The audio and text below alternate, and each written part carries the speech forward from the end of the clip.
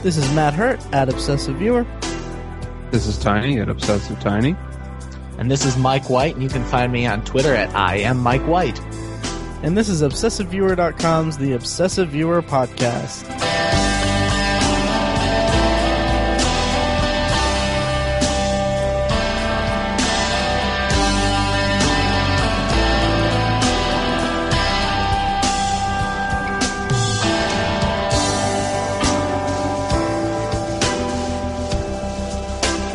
So not to call anybody out, Uh-oh. but I'm looking at IGN.com right now, Mm-hmm. and they ranked the 1980s remakes. Like the, okay. All the movies from the 80s that were remade in the last 10, 15 years. Okay. And they're ranking them, and it's on a 10-point scale. And I don't know if they just gave points recently, or they just ranked them in terms of how they rated them as they came out. You know what I'm saying? Mm-hmm. Okay. Like, did they look back at all 20 of these and say, okay, this one, this one, this one? Or did they just say, hey, in the last 13 years, this is how we've graded them, and here's how they stack up? Okay. I don't know what that is. The number one, which got a 9 out of 10 score out of IGN, was the Evil Dead remake, which I get that. It wasn't my favorite movie of the year, but I can get that. Okay. But the number 2 was the Friday the 13th remake. Oh. Which blows my mind. Right. Because that was not great. And you had a good analysis of that remake on ObsessiveViewer.com. I did. Yeah. I did. Yeah. That's weird. Yeah. So I just thought I'd throw that out there. Yeah. It's interesting. I can't really think of, I mean, obviously there are tons of 80s movies that have been remade, but I can't think of any off the top of my head. You kind of, what else is on the list? Is RoboCop, which came out today. Oh, it did come out today. Came out Wednesday. Huh. And so I'm looking forward to that. So I take it that got a favorable review? 6.9 out of 10. It's number 4 on that list. You know, in terms of a February release of a remake of a movie with a pretty strong following, that's not too bad. It's promising, isn't it? Yeah. Yeah. Huh. I'll take it. Yeah. I'll probably still go see Lego Movie instead. Interesting. That's awesome. Yeah. Well, hey guys, welcome to the Obsessive Viewer. How you guys doing? I'm delightful. Yeah. Nice. Relieved that my internet connection is working today. Yes. Yes. That was, for our listeners, yesterday we tried to record. We worked on it for about a solid hour. I would say 45 minutes to an hour. And it just wasn't working for us. Nope. But on the bright side, that was my bad. It's all good. Evansville's bad. Yeah. But on the bright side, we have 40 minutes of frustrated recording that I'll just tack on to the end of this episode. Yeah. Bonus. Yeah. Our bonus episode is us just screaming expletives over and over again. We'll save that for the season finale. Yes. It sounds a lot like this. So exactly.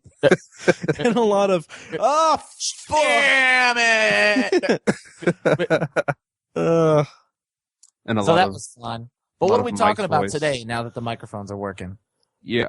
Well, before we get started, I want to mention that today is the day that we're recording is Wednesday, February 12th, and this will go up tomorrow or Friday. I'm not sure which one yet, but it's actually the 1 year anniversary of ObsessiveViewer.com. Yeah. So yeah, no, but I just want to mention, thank you everyone for listening to our podcast. Our podcast is still a few months away from the 1 year anniversary, but the only reason I started the blog was because I watched Flight and was like, oh, I kind of have some thoughts on this. And then also I had some thoughts on Netflix, and then that kind of snowballed into this. So, and I'm obviously pretty happy. Yeah. And I think we got a good thing going here. And I'm excited to announce formally the existence of a new website that we're doing with some friends called ObsessiveBookNerd.com. So if you're into reading or like it's a website devoted to our love of reading and just the romanticizing the art of the written word. And it's exciting. I'm really excited to do this, and we have a lot of fun stuff planned with it. And then I'm also going to be still contributing or still posting as much as I can on Obsessive Viewer, but Obsessive Book Nerd is out in the world, so check it out and follow it on Twitter at Obsessive Books and Facebook, find it at the Obsessive Book Nerd. It's going to be a lot of fun. So, yeah. Yeah, Nice. We're all excited for Yes. that. I'm excited. I'm going to talk about comics and things on there. Yes. And I like the idea of doing some crossovers, talking about comics on there and then the adaptations back on the main site, Obsessive Viewer. So Absolutely. it should be fun. Oh yeah. And Tiny, you're going to be doing presidential biographies. That's going to be Yes. exciting. It's going to be awesome. I'm looking forward to it. Oh yeah. I'm going to be revisiting The Dark Tower and Goosebumps. So it's going to be fun. It's going to be a lot of fun. Nice. So yeah, check that out at it'll be good. obsessivebooknerd.com. Yeah. Now, plugs out of the way. What we're talking about today is this is our second Vault episode. If you guys remember, the first one was last season, kind of arbitrary seasons for the show, but it was last season that we did a Vault episode where we basically each one of us put forth a movie to put into a hypothetical vault. And this vault is not to close it off from the world, but rather to preserve it in the event of a disastrous attack or zombie infestation or anything like that. Yeah. Some kind of post-apocalyptic event. We want this vault to withstand the test of anything, so that it will be preserved so past humanity's existence. These are those movies that we feel are that important to be preserved in that manner. Mm-hmm. So in last time we did a Vault episode, we put forth Pulp Fiction, Back to the Future, and The Godfather. This time I forgot mine. And The Godfather. And we didn't have like any plan or anything for it. So we just kind of free associated the entire podcast pretty much. We kind of worked out how we were going to do it on air. And it turned out that we did a voting system that we all it ended up putting forth all movies into the vault. So I'm not sure how we're going to do it this time, but Probably the same with similar results. exactly. And it's going to be just as fun. Yeah. Yeah. So yeah. So, should we get started on that, or do you guys have anything else you want to bring up or anything? Sounds good. I'm excited. Sweet. Me too. Sweet. We agreed before that Mike was going to get us kicked off. So, Michael? Yeah. Well, I want to start by kind of clarifying what a vault movie is. And you kind of explained it a little bit in the intro. Mm-hmm. But what makes a vault movie? And I think there are a few bits of criteria that a movie must meet. I'll use our previous entries as evidence. For starters, a movie should have there should be a consensus among people that it is well liked. Movies are entertainment. The best movies are entertaining to all people. Godfather, Pulp Fiction, and Back to the Future were all wildly popular movies upon their release. And in terms of box office, they all hit number one during their time in theaters. As far as those three are concerned, Back to the Future is probably the best example. It was the number one movie in 1985, and the other two, of course, were successful. However, critical acclaim is not necessarily the most important. I think there are two top priorities that a movie must have. They are timeliness and timelessness. Timeliness, of course, is how a movie is representative of its time period, what it did for cinema, what it did for a genre, and what it did for pop culture. Our previous entries are great examples. Pulp Fiction is the quintessential 90s movies. We talked about that we couldn't even think of a movie genre or a better movie that defined an era or a genre. Similarly, Back to the Future was distinctly Reagan era. We even went on to talk about how a remake wouldn't work. All that, the movie is still timeless. The other one is timelessness. Of course, this is how a movie holds up over time. While most of our Vault movies are pre-2000s, their themes are easily identifiable and relatable today. All three of the movies have timeliness. They ask timeless questions. For instance, what do criminals and evil people do when they aren't committing crimes? That's Pulp Fiction. What if you saw your parents in high school? That's Back to the Future. And while I'm not as familiar as you guys are with The Godfather, I would say, how do familial roles in the family define actions or motivation? And that's Godfather. Mm-hmm. So can we agree that those are kind of the criteria for what make a movie, a Vault movie? I like it a lot. I do too. And I'll say that I don't put as much stock in critical acclaim and universal appeal, just because Right. you didn't either. Right. But I'll just say that I personally I don't like. I mean, in a future episode, a Vault movie for me would probably be Sunshine. Yeah. Okay. And then we'll have didn't have critical success. No, it didn't. Yeah. Okay. And that'll be a fun discussion for us to go through. So Yeah. But that's for a later Vault episode. So for me, a movie that comes to mind that certainly has all three of these qualities is John Carpenter's Halloween from 1978. Oh, nice. Okay. Yeah. I think the movie changed horror forever. If the first criteria is critical acclaim, which we know how much stock we put into that, I challenge listeners right now to Google scariest movies of all time or best horror movies of all time. I guarantee you will be hard-pressed to find a list that doesn't include Halloween. I guarantee it. Yep. In fact, you probably won't be able to find a list where Halloween isn't in the top 5. True. So I feel like I need to defend this. Absolutely. Horror catches a bad rap. Very few horror movies are critically acclaimed. And in fact, only 2 have been nominated for Academy Awards. I know we don't hold a whole lot of stock in Academy Awards, but you kind of have to mention The Exorcist and Silence of the Lambs. Of course, Silence of the Lambs won Best Picture. So talking about the legitimacy or artistry of horror cinema is not really what this episode is about or what my point is. But there is an argument for saying that horror is unjustly overlooked. My point is, I'm not offering The Exorcist, Silence of the Lambs, or even The Shining, which many consider the greatest horror movie of all time, The Shining. Specifically, if we're talking about critical acclaim, but that's simple. The Exorcist was made with a budget of over $10 million. The Shining was made for $18 million, and Silence of the Lambs was made with a $19 million budget, which are all kind of similar. Halloween was made for $300,000, and people still consider it one of the best. Wow. I think that's incredible. Oh yeah.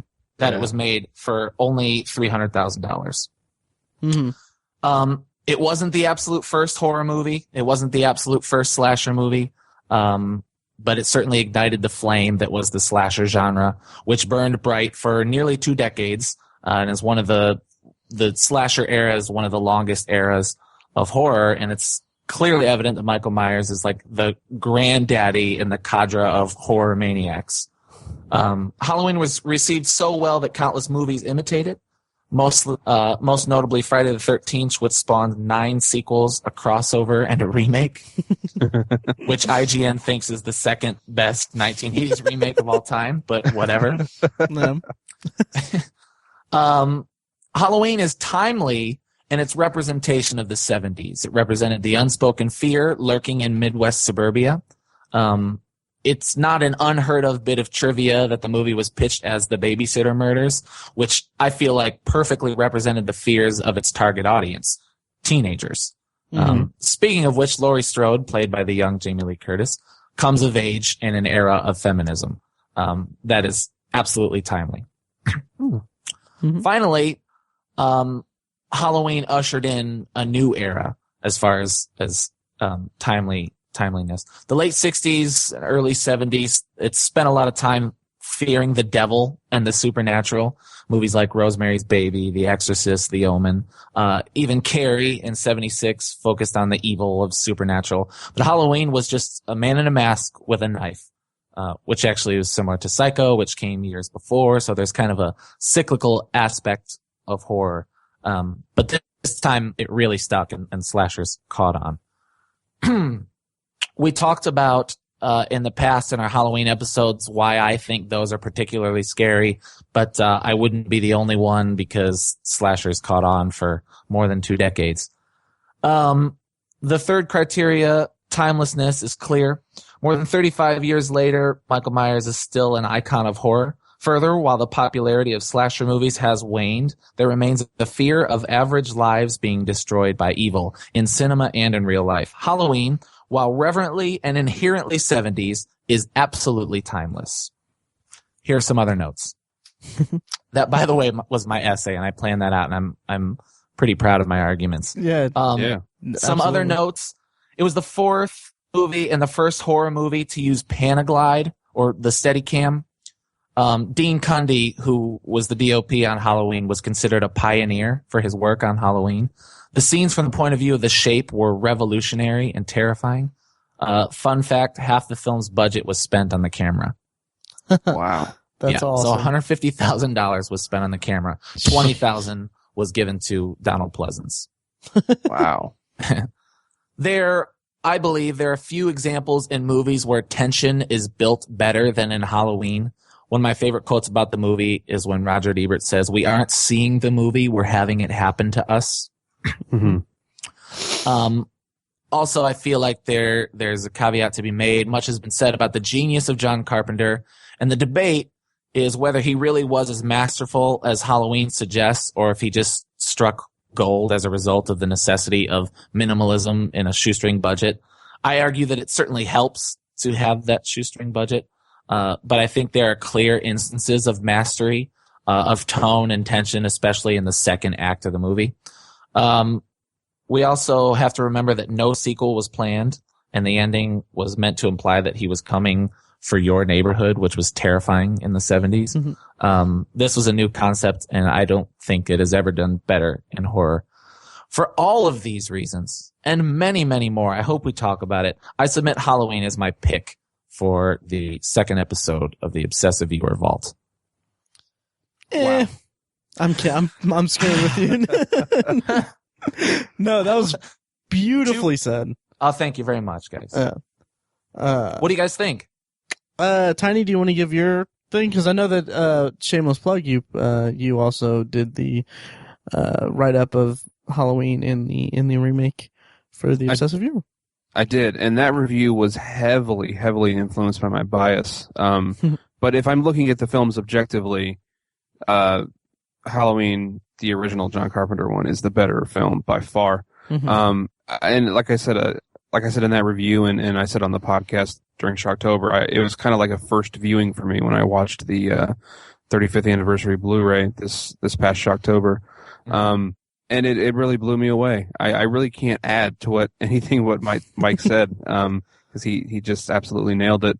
But I'm glad that he used the word icon, because that film is absolutely part of, film iconography. It's when people are talking about movies, just, hey, what's a movie that's happened in the last 100 years?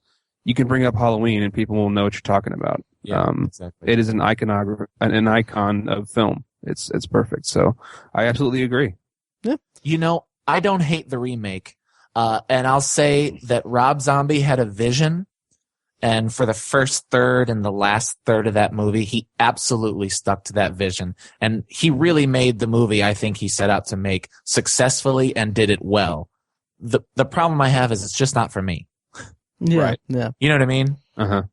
It is for me. So yeah. It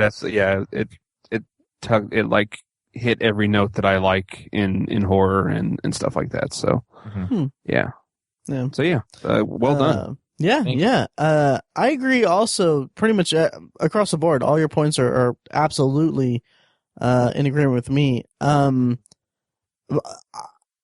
I feel like you said a lot, so I'm maybe stepping on. Sorry. Well, no. Series of bullet points. Yeah. What this movie is to me is it's a representation of, and for me, I can't think of another movie that makes me feel like autumn. I can think of one. Oh, really? Trick or Treat. Oh yeah. Well, Trick or Treat makes me think of Halloween. Okay, I got you.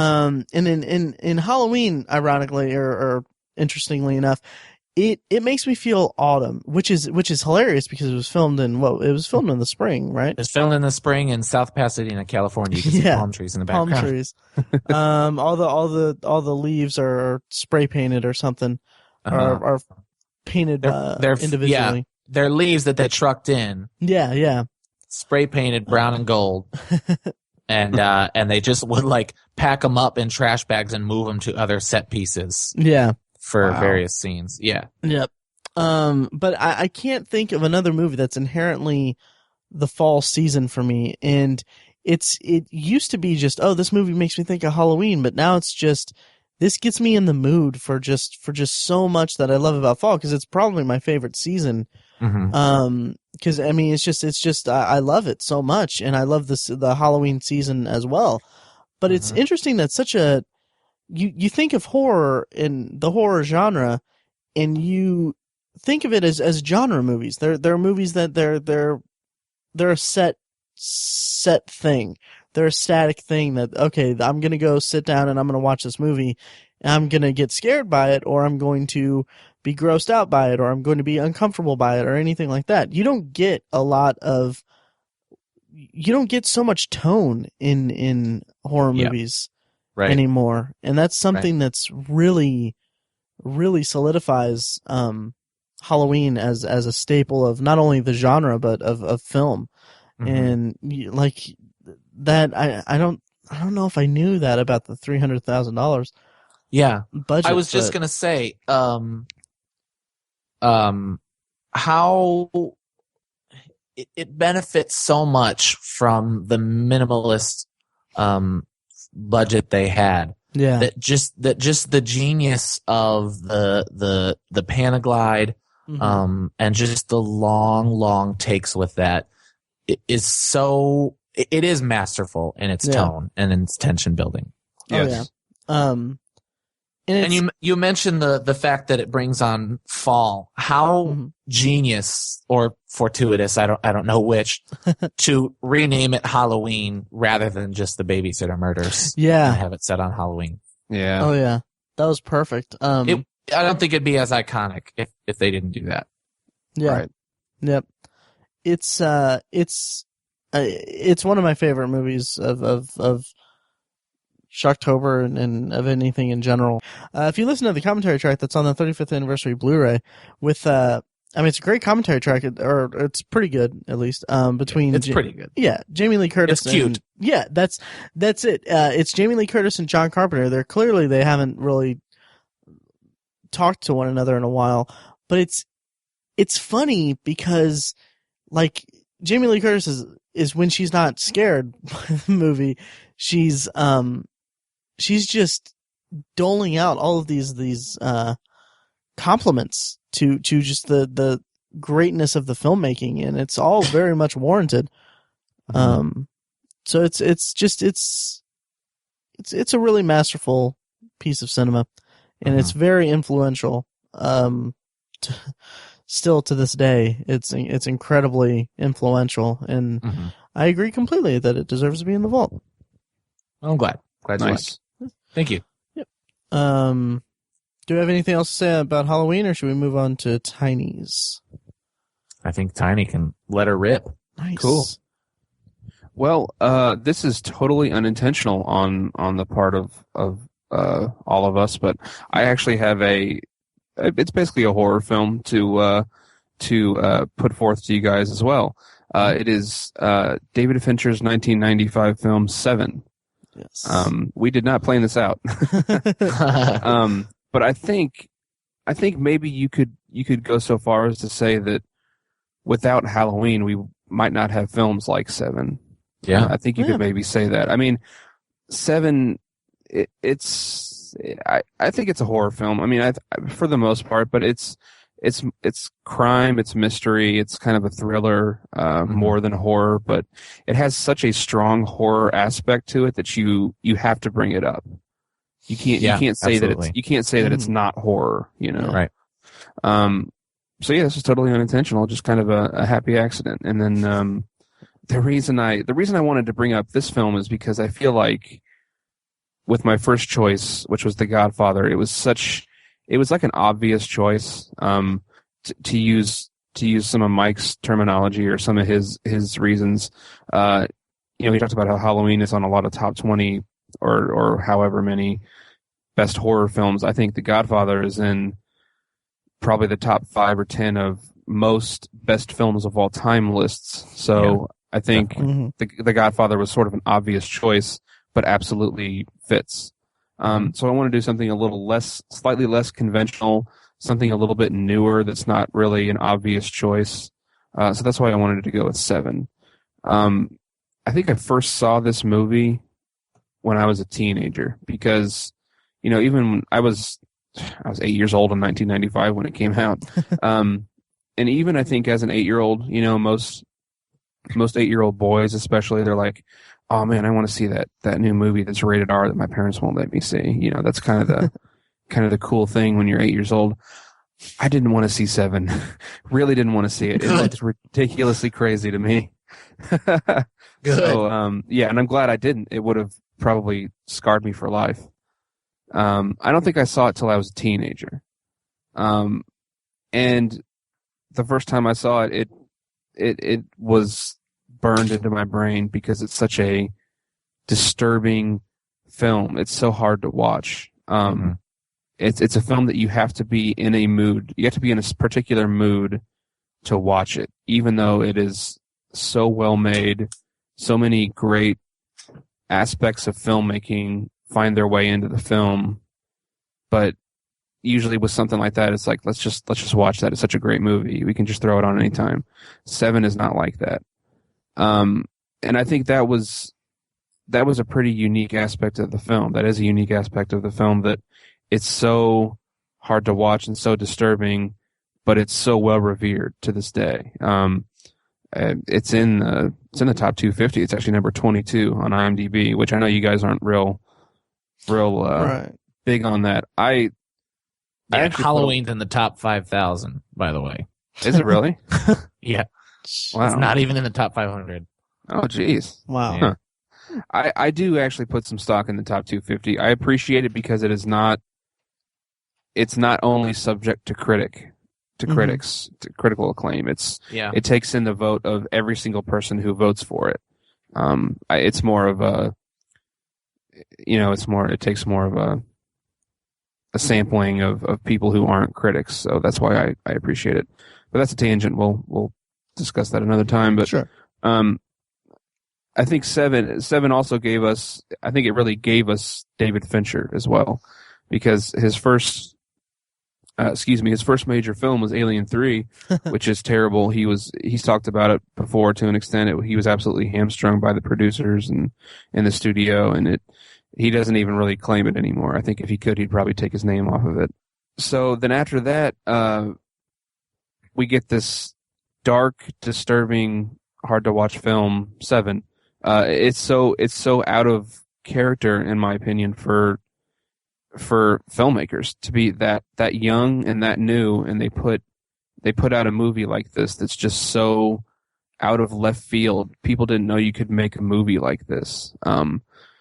Ironically, Halloween's probably a good example of that as well. John Carpenter wasn't really established yet, so that's another coincidence of this episode. I think what people stick to the most about 7 is the actual murders themselves. If you're unfamiliar with the film, there's a serial killer, in quotations, because some of the people don't end up dying, but he takes his victims and he subjects them to tortures and deaths that are sort of influenced by these 7 deadly sins. And he does it in an incredibly awful way. I think the two murders that stick with me the most, one of them, again, is not even a murder, is sloth and probably lust. Oh, I knew you were going to say that. Yeah. The sloth one is disturbing. What he does is, if you haven't seen the film, or if you have, I'm sure you have if you're listening to this, but he just straps this guy to a bed and just leaves him there for a year and keeps him alive, doesn't feed him anything, keeps him in darkness. The part that gets me the most is after they find this guy, they take him to the hospital, and the doctor says that if he was to shine a flashlight in the guy's eye, he would die of shock. Oh. That's how wrecked this person was. It is just I can't imagine a worse thing to do to a person, to be honest with you. And the way it's depicted in the film, it's so detailed and disturbing and awful. It's just absolutely disgusting. And that's one of the aspects of this film that just sticks with you. You can't, thinking about it now, my stomach's churning a little bit. And it's so rare to find an aspect like that for a film that's so good, that's so critically acclaimed, so highly regarded by fans. It is a disturbing horror film. It's just it's really unique for that reason. So I think it sticks out for that reason. The movie also has an incredible script. People quote it all the time. The other day when I mentioned to Matt and Mike that I was probably going to bring this movie up, Matt quoted one of the last lines of the movie, and I didn't pick up on it because I haven't watched the movie in a while. But it was pretty funny. It fit well. But there's a lot of good lines in the movie that are delivered by great actors like Brad Pitt and Morgan Freeman. And I think, again, that's another thing that puts it on the map, is that the script has some really great dialogue between this serial killer who we get to meet. It's part of his plan that he turns himself in, and we get to have this great dialogue between him and Brad Pitt and Morgan Freeman, and also the setup of the characters between Brad Pitt and Morgan Freeman. They're so very different in their worldviews, and also how they do their jobs as detectives. One of them is very intellectual. He's capable of working in the realm of spirituality and religious influence. And then the other one is just more of a cop's cop. He's not so intellectual. He's more of a bad cop, if you will. He just kind of does things. He just looks at clues and just reacts to them. He's not a big hunch guy. He doesn't want to sit there and analyze everything the way that Morgan Freeman does. And I think the juxtaposition of those two characters really drives the film during the parts where we're not being absolutely disgusted and shocked by these crimes. I think it's just a beautifully structured film. And it's one that's going to stick with you. I don't care who you are. If you watch the movie Se7en, it's going to do something. It's going to do something to you. And people a lot of the time will ask each other, what do you consider to be art? And the way I always answer it is, I think that anything can be considered art as long as it makes you feel something, as long as you have some kind of emotional reaction to it. And a lot of people might not consider Se7en to be that great because what it makes them feel is disgusted and disturbed. It's incredibly disturbing.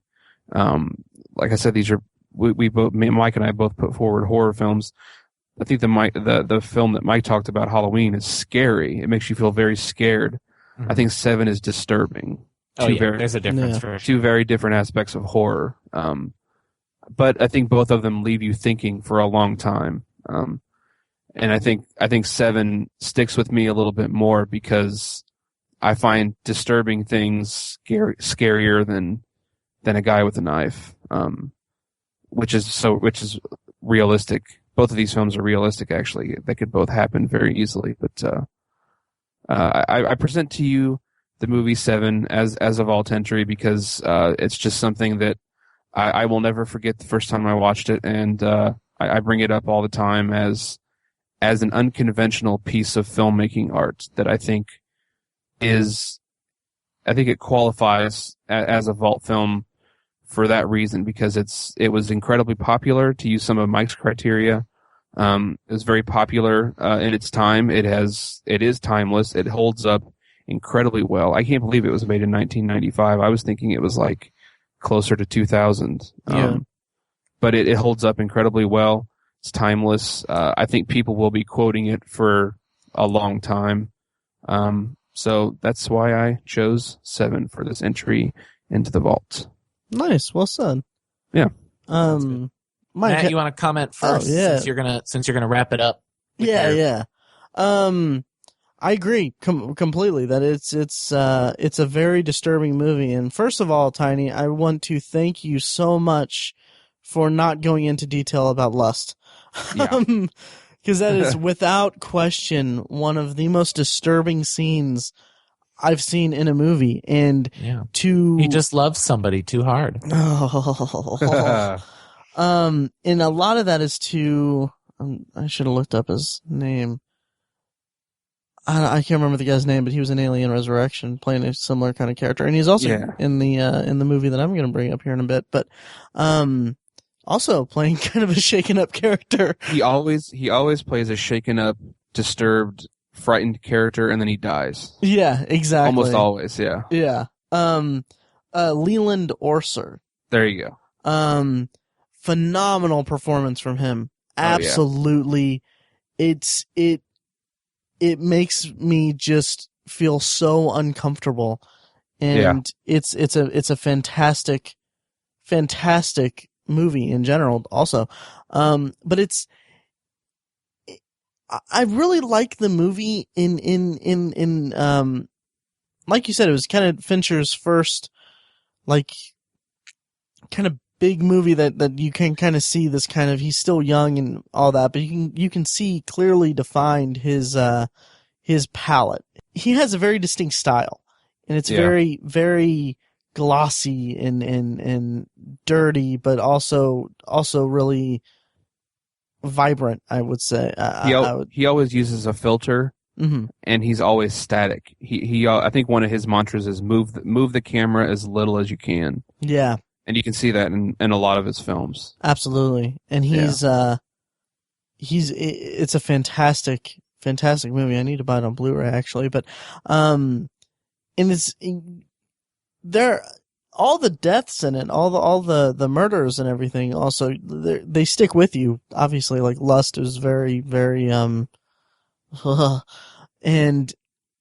also like it's funny because sloth, what my takeaway from that, like you mentioned the whole, if you shined a light in his eyes, he would die of shock and all that.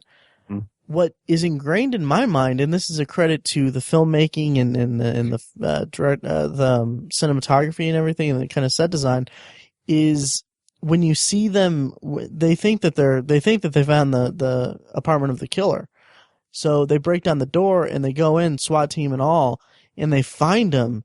And what stuck with me so much was hanging off the ceiling throughout the entire bedroom is just air fresheners, like car air fresheners. And it's such an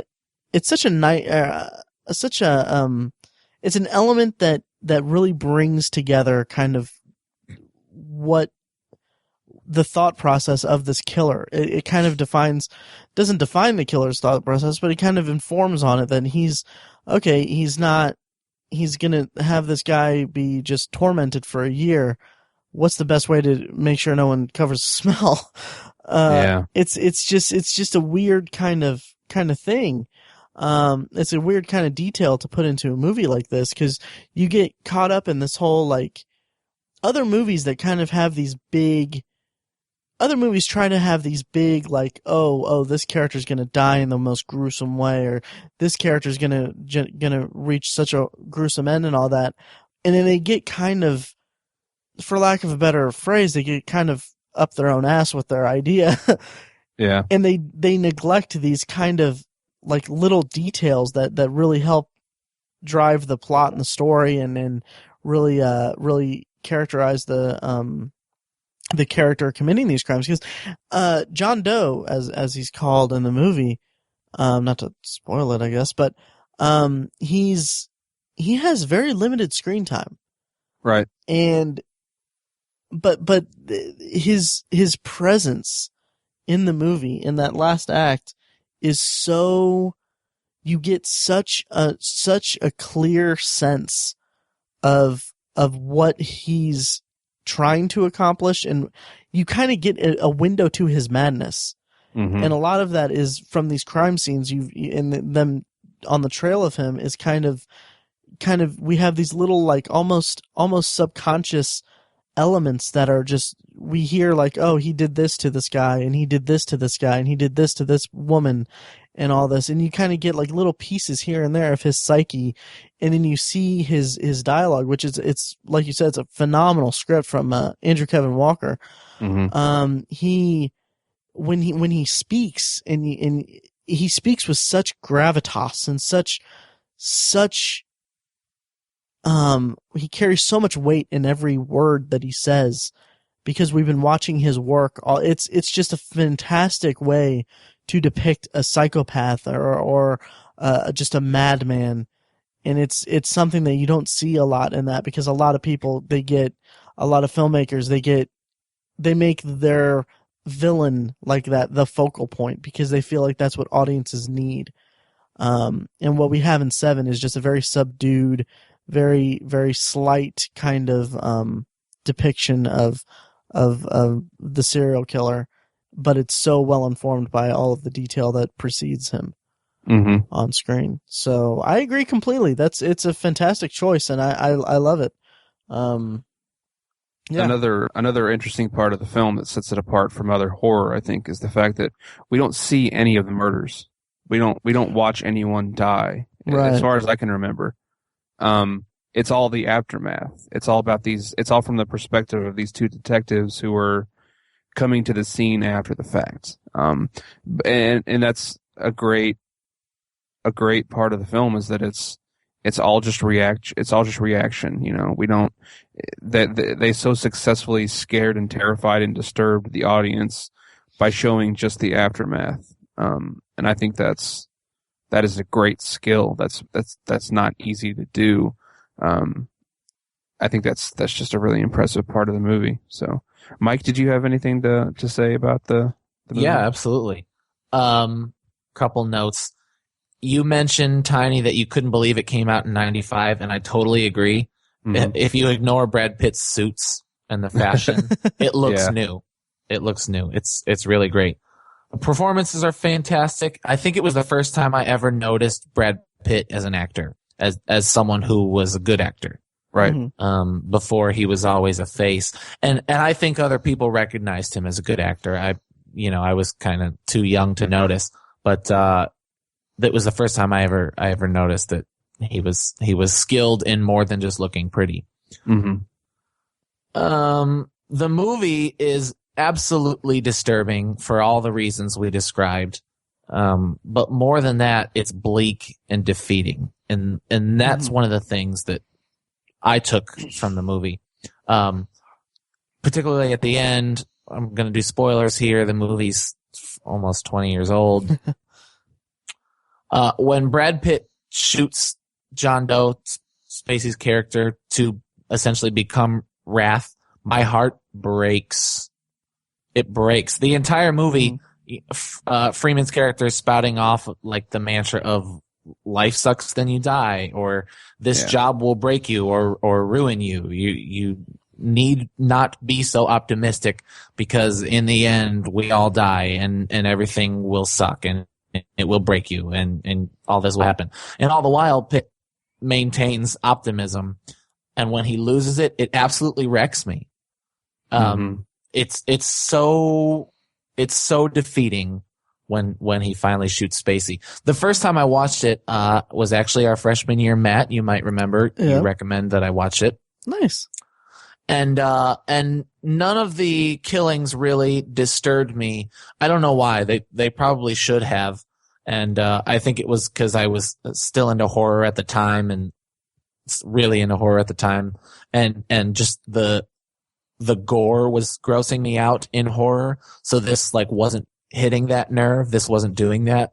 But the end of the movie, I was just like, oh, why did they make that decision?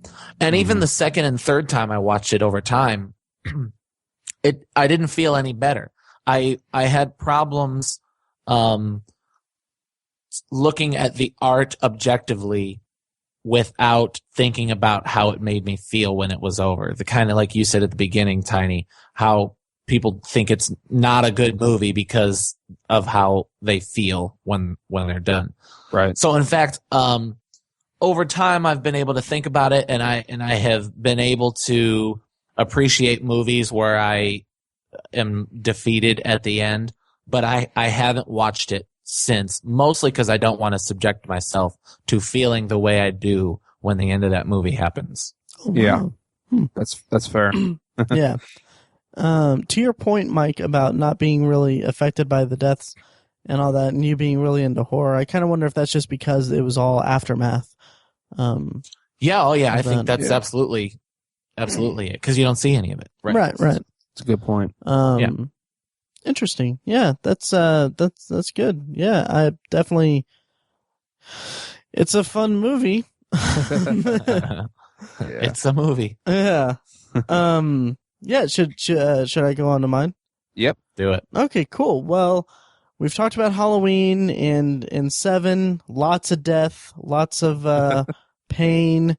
But the movie that I'm going to present to you guys for entry into the Obsessive Viewer Vault is a different kind of horror movie.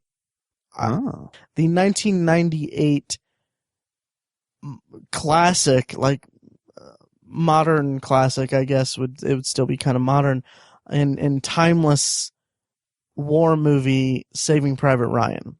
Nice. Yes, by newcomer Steven Spielberg. No, this, if I were to sum up Saving Private Ryan in one word, that I forgot to check dictionary.com to see if it's an actual word, but glamourless. It lacks the polish of movies. It's a very big epic movie. It depicts war in a completely true way. I feel like off the top of my head I can't think of really any other war movies that really defined the war genre of World War II movies quite as well as Saving Private Ryan, because it depicted in such a true fashion that the sequence of D-Day, the D-Day sequence at the beginning, is just it's one of the most heart-wrenching sequences in all of cinema. And it's just compounded by the fact that this actually happened, and it's a no-holds-barred kind of un-Hollywood depiction of this horrifying thing that the world was just all a part of. And it's, I mean, you see in typically in war movies, you see these big action set pieces, these big like heroics and everything, but when you sit down and watch Saving Private Ryan, you see a guy with his guts hanging out screaming for his mother. You see a guy walking in a daze looking for his limb. That's for his arm. That is the most striking scene for me. Oh yeah, and it's the way that it's filmed is so. Spielberg brings the audience into the scene in such a cerebral way that it's really just jarring to see it. And that sequence alone is it's one of, I mean, that alone is Vault worthy in itself. But the movie is incredible in its depiction of kind of the more philosophical or moral questions of is this man worth saving? Is he worth the lives of 7 or 8 men to save this one guy? And is it really a good use of military resources to put these men in harm's way when they could be off fighting? It raises some of these interesting questions, while also telling a very human story. And when you meet, again, this is another movie where there's a central figure that is just spoken about throughout the entire film until the last act when you meet him. And it's almost comical, because the guys, the for the two people listening who have never seen Saving Private Ryan, it's about a group of soldiers who are sent on a needle in a haystack of destruction, pretty much, to look for Private James Ryan, who's all of his brothers have been killed in combat, and he's the only one left, and they're basically finding him on the battlefield, and they're bringing him back. Because they're pulling him out. So these guys are charged with finding him, and they go all through war-torn France to find him, and some of them die along the way, and it's one of those movies that when I watch it, I get something new from it every time. Because, and you see these performances of these guys. There's Giovanni Ribisi has this scene where the guys are in a church sleeping one night, and there's a scene where Giovanni Ribisi's talking, and he's telling the story about how his mother used to come home from work late, and she used to come in and wake him up to talk about the day, or see if he was awake to talk about the day. And it's just, he delivers these lines in such a painful manner, because he's talking about how some nights he would pretend to be asleep so that she wouldn't come in and talk to him. And then he has such remorse in his voice when he says that all she wanted to do was talk about her day and connect with him. And now he says this knowing that it's very likely he'll never see his mother again. And it resonates in effect later, in a scene later where he's injured, and he's screaming for his mother, and it's so heartbreaking, and it's such a hard depiction of war and what war means for these soldiers, because we're coming off of back in a long time ago, there's a lot of propaganda about wars. These are the heroes that are fighting our wars and everything, and it's like news, real footage and everything. It was all selling bonds and stuff, but this is now that it's just a modern depiction of the true nature of war. And it plays through to the end, and it's just when that scene where the elderly, spoiler alert, everybody, the elderly Ryan after he's thought about everything that's happened, he goes to his wife and he breaks down and he tells her to tell him that he's been a good man. And it's just because he knows the sacrifice that all these men did just to bring him home. And it's something that it chokes me up every time. It's a really powerful film on so many levels, and Spielberg at his best.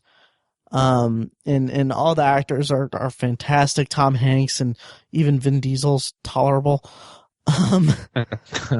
It's a remarkable film, and it's a film that needs to be preserved when the apocalypse hits.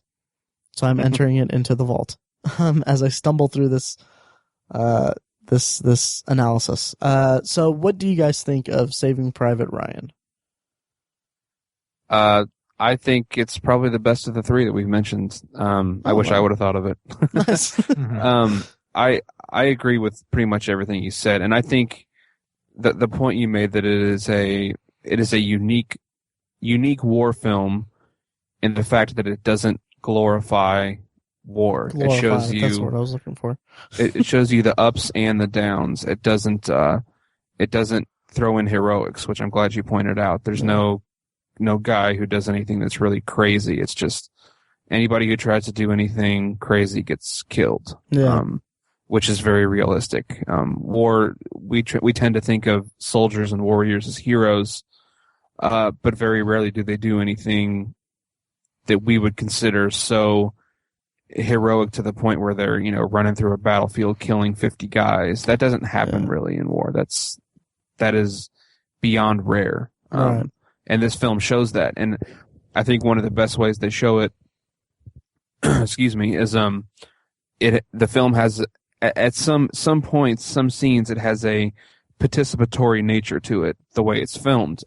What stands out to me is the film or the scene with the sniper in the church tower when they come across this other unit, and the way that part is filmed, it feels like as the audience we're hiding behind rocks so we don't get taken out by the sniper, which is just so, again, an incredible skill to convey that via visual context. It's really impressive.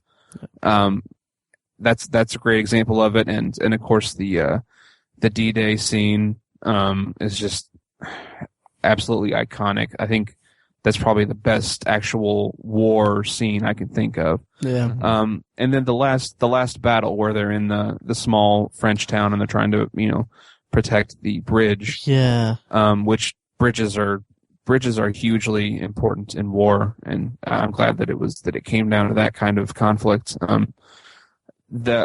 love that scene as well, because I think a lot of people who would have made this movie would have treated that ending, that third act, as sort of just a way to wrap everything up. Yeah. But they throw in this amazing battle that's so detailed, and you see every facet of it, how it's planned, how they draw them in. There's long takes where there's no dialogue. It is so impressive. One of the things I love about the film as well is they throw in this. It's so easy for war movies to just be camaraderie and then just, bullets flying. Yeah. But what this movie does is it throws in a lot of the downtime, a lot of the waiting, a lot of the just walking, and they fill it with this beautiful character development, like Matt mentioned, where Giovanni Ribisi's character talks about his mother when he would sleep, and some of the other characters talk about, right before they left for their basic training for the war. Yeah. Matt Damon's character has a great anecdote about before his oldest brother first went off to war that he tells to Tom Hanks's character. Yeah. And that stuff is almost equally as compelling as anything in the film. Absolutely. And a lot of it hinges on so many different things. It hinges on incredible performances from the actors, great writing, and immersive filmmaking. It's all just it's a borderline perfect film, in my opinion. It's really, really fantastic. Absolutely. It's a confluence of so many different things about filmmaking that's all comes together to this just masterwork of cinema. And it's what's even more, what makes me happy about that is that it's an important movie also. And because it gives a very harsh and real depiction of World War II. And it's a part of our history that is devastating, and right. That's one thing I didn't bring up, is that if you could, throughout recorded human history, if you could point to one event that's been influential or has changed the world, you have to point. It can only be World War II. It is, in the span of 6 years, the lowest estimates say that 20 million people died in 6 years. There's no other event in human history that has been that important, that destructive and influential in the course of human history. So yeah, that's another thing I didn't mention. So yeah, absolutely, I agree 110%. Mike, what are your thoughts on it? We kind of left you out. Yeah, sorry. Oh, that's okay. No, you didn't let me out at all. You're not a big war film fan, are you? I am not a big war fan. However, I really can't disagree with a lot of what you guys have said. I really love the movie a lot. I really, really love Saving Private Ryan a lot. It's not one of my favorites, and it's not even on my list of top 25. But it's like when people say, "Oh, what about Saving Private Ryan?" I go, "Oh yeah, that movie was pretty good." Let's look at the criteria. In terms of critical acclaim, it got robbed at the Oscars in 1998. Absolutely. Of course, we all know it lost to Shakespeare in Love, mm-hmm. which is thievery. I mean, that Shakespeare in Love is a fun movie, but it is nowhere near the weight and influence that Saving Private Ryan brought us. Critically, However, I mean, it was praised. Yeah. And so I don't understand. I don't understand the politics of why what happened. Critically, it was praised. Also, several people that I've run into, that I've spoken to about movies, and I do it to almost everybody. What is your favorite movie? It is one of the most common answers. Mm-hmm. Nice. It's either that or like "I Love You, Man" is another common one. But a favorite movie is a very personal thing, and it's always fun to pick a favorite movie that not many other people have. And so it's rare that I find people who share the same favorite movie. But Saving Private Ryan is one of those ones that I've actually heard a number of times. And I think that says something about the movie. As far as timeliness, it came out in 1998, which interestingly enough, we were relatively at peace as a country. Yeah. So it wasn't so indicative of the time. However, it's a period piece, so that isn't so important. What was important was what it did for film. Yeah. And it revolutionized pretty late in the game war films. Yeah. And we've seen countless copies since. Absolutely. It's clearly a work of art. As far as timelessness, I mean, you guys have hit on this multiple times, just the weight of World War II and the importance of knowing about World War II. World War II movies will always be timeless.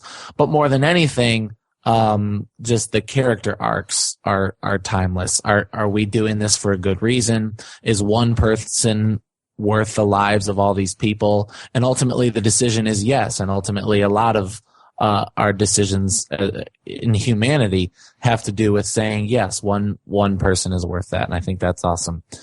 Those criteria aside, what I love most about the movie are the performances. I love Tom Hanks. I mean, he's easily one of my favorites. Mm-hmm. I love,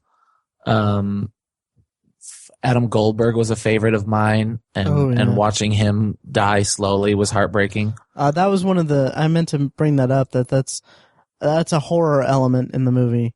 Yeah. It's just, and it's so hard to watch, and it's so painful.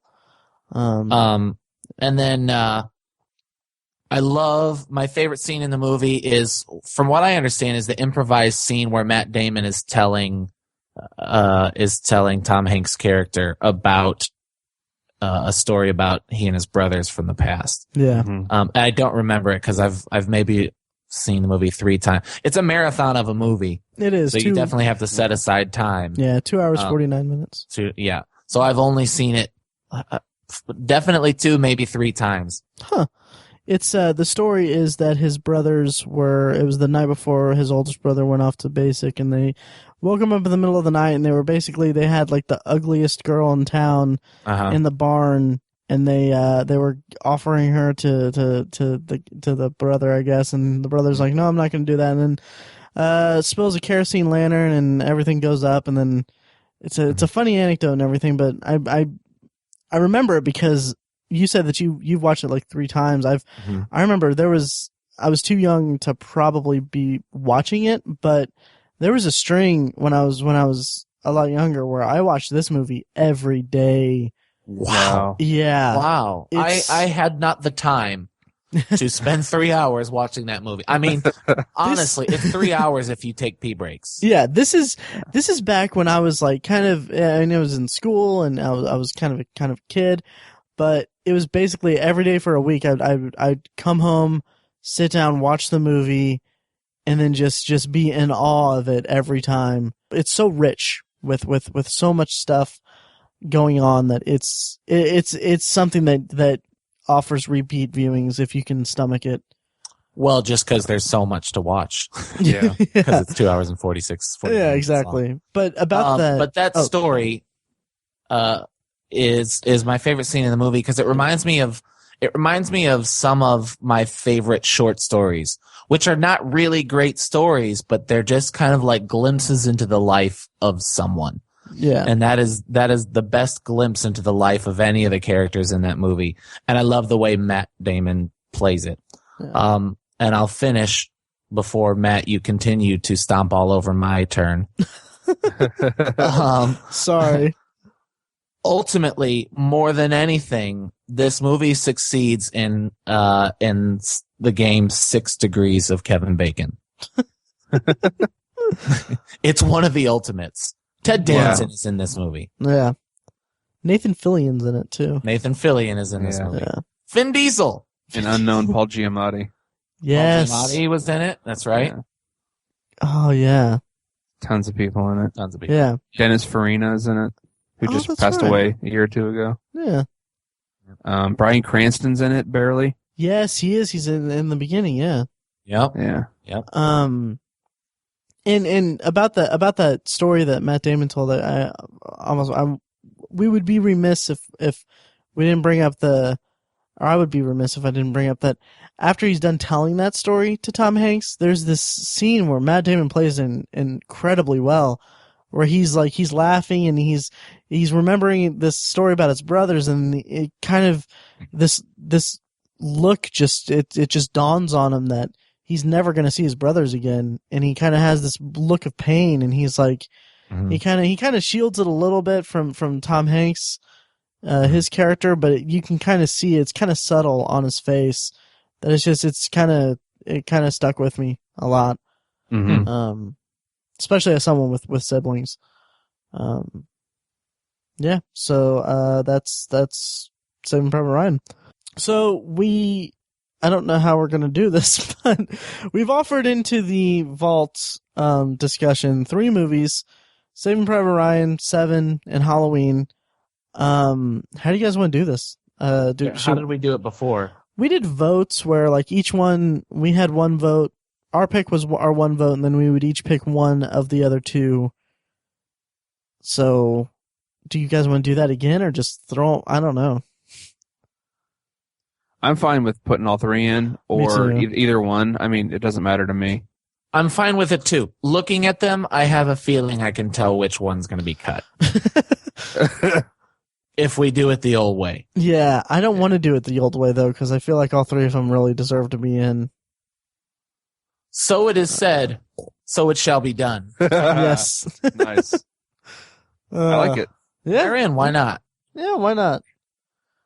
So those are the 3 movies in our vault. They join the likenesses of The Godfather, Pulp Fiction, and Back to the Future. Which earlier in the episode, did I say that The Godfather was my pick?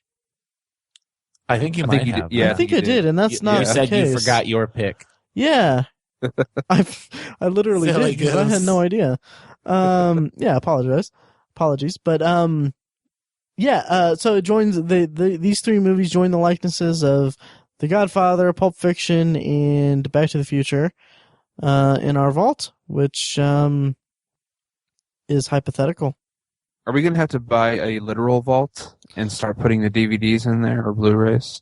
I kind of want to. That would be fun. We should get a safe deposit box or something. Yes. Yes, I like it.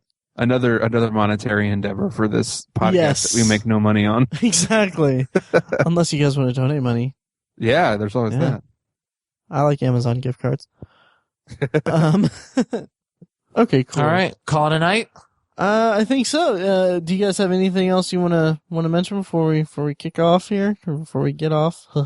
I wanted to mention really quick. I'm actually getting ready to expand my podcasting endeavors as well. Yes. I'm getting ready to start a podcast. It's going to be called The Secular Perspective.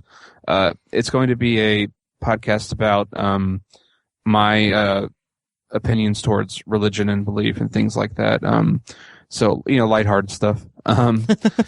Yeah, it's actually I would like to have a lot of people on from various viewpoints.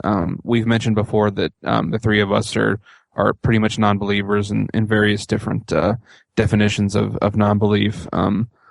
And so I want to have as many people on it as I can who want to participate and talk about their beliefs and their faith and how that influences their worldview and their opinions on things. So it's going to be about that, and it's going to be a very different format than what we do here.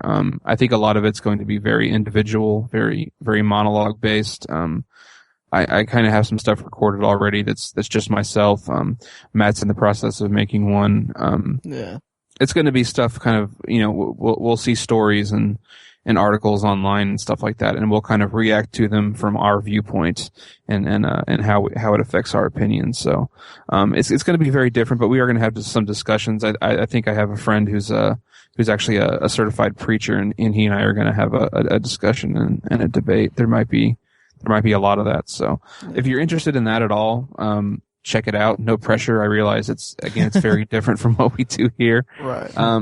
But yeah, check that out. It's going to be the secular perspective. It'll probably be up within a few weeks. I'm not exactly sure yet. I'm still kind of putting some things together. Yeah. There will not be a blog. It'll be just the podcast. So yeah, you'll be able to find it on iTunes. So check that out if you're interested. Yes. Yeah, I'm really looking forward to this. I can't tell you how much I am, actually. It's going to be very interesting. Mm-hmm. Yeah, should be good. Yeah. And of course, check out obsessivebooknerd.com. Mm-hmm. Yeah. So should I sign us out? Yep. All right. Well, take it home. Yep. Thank you for listening to the second Into the Vault episode of the Obsessive Viewer podcast. You can find us online at the blog at obsessiveviewer.com, which now that we've launched the book website, I can finally focus more attention to it because I've been kind of a little shaky on it between the gallbladder and the book site. But you can also find us on Facebook, Twitter at our respective handles, at Obsessive Viewer, at Obsessive Tiny, at I am Mike White. And you can also find us on iTunes, Stitcher Radio. If you could, on iTunes, rate and review us. That helps us out a ton. And then also tell all your friends, all that stuff. You can also find us on podcastland.com, where you can vote for us for Podcast of the Month. Also, thank you to Star Tissue for the theme music at the head of the podcast. And you can email us at ovpodcast@gmail.com, and I think that about covers it. Am I forgetting anything, guys? That ought to do it. Sounds good. All right, awesome. Well, see you guys next week. Thanks. See you guys.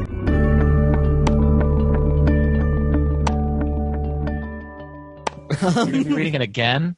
The Dark Tower? Oh, absolutely. It's going to be awesome. Oh, yeah. Wow. Yeah. So The anyway. whole series, all of them? All of them. Good luck. Oh, thank you.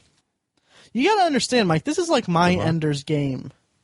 Yeah, I guess you're right. I'm really looking forward to it. It's like Lost, if Lost was a bunch of pages with words on it. Perfect analogy. Yeah.